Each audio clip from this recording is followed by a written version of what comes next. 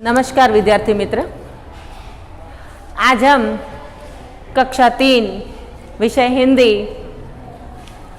पाठ 10वां यह है એટલે કે આ છે પણ શું છે, क्या है।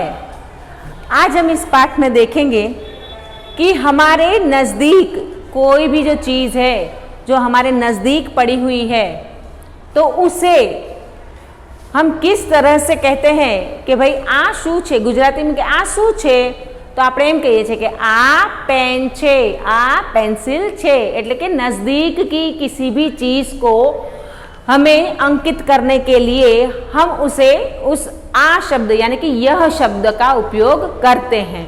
तो व्याकरण की हम परिभाषा में देखें तो यह जो है वो यह नज़दीक की कोई भी चीज़ को दर्शाने के लिए हमें यह शब्द का उपयोग करना चाहिए।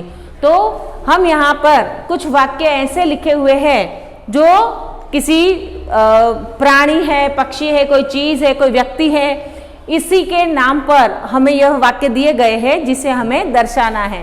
तो पहला वाक्य हमारा यह है कि यह मोर है, એટલે કે आ मोर छे। तो मोर जो है वह एक पक्षी है और वह हमारे पास है।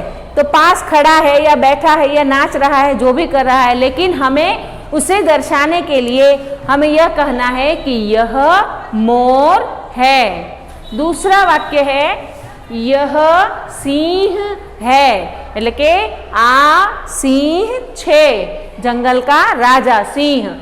त्रीजू छे यह पेड़ है, એટલે કે आ वृक्ष छे, झाड़ जे छे एने। એટલે ટૂંકમાં આપણી નજીક આવેલી જે વસ્તુ હોય એને દર્શાવવા માટે થઈ આપણે એને यह શબ્દથી સંબોધવું પડે છે।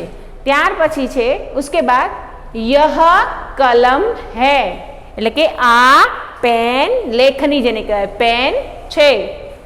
पांचमું वाक्य यह गांधीजी है, એટલે કે आ गांधीजी छे। छठ्ठું वाक्य छे यह बंदूक है, એટલે કે आ बंदूक छे। उसके बाद का जो हमारा जो वाक्य है वह है यह छाता है, એટલે કે आ छतरी छे। उसके बाद है यह पतंग है, आ पतंग छे। उसके बाद है यह पुस्तक है, आ चौपड़ी छे। उसके बाद है यह गुलाब है, आ गुलाब छे। एना पछीनुं वाक्य छे यह कौवा है, आ कागड़ो छे। हमारा अंतिम वाक्य है यह औरत है, એટલે કે आ स्त्री छे। अब बच्चों हम देखते हैं कि आपकी जो पाठ्य पुस्तक है उस पाठ्य पुस्तक में यह सारे वाक्य जो है वह आपको दिए गए हैं।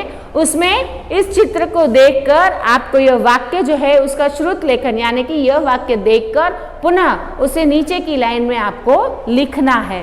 तो यह सारे वाक्य जो है जो चित्र दिया है उस चित्र को आपको पहचानना है। जैसे कि यह क्या है तो यह सिंह है, तो उस खाली जगह में हमें सिंह लिखना है और उसके नीचे वह वाक्य हमें फिर से लिखना है।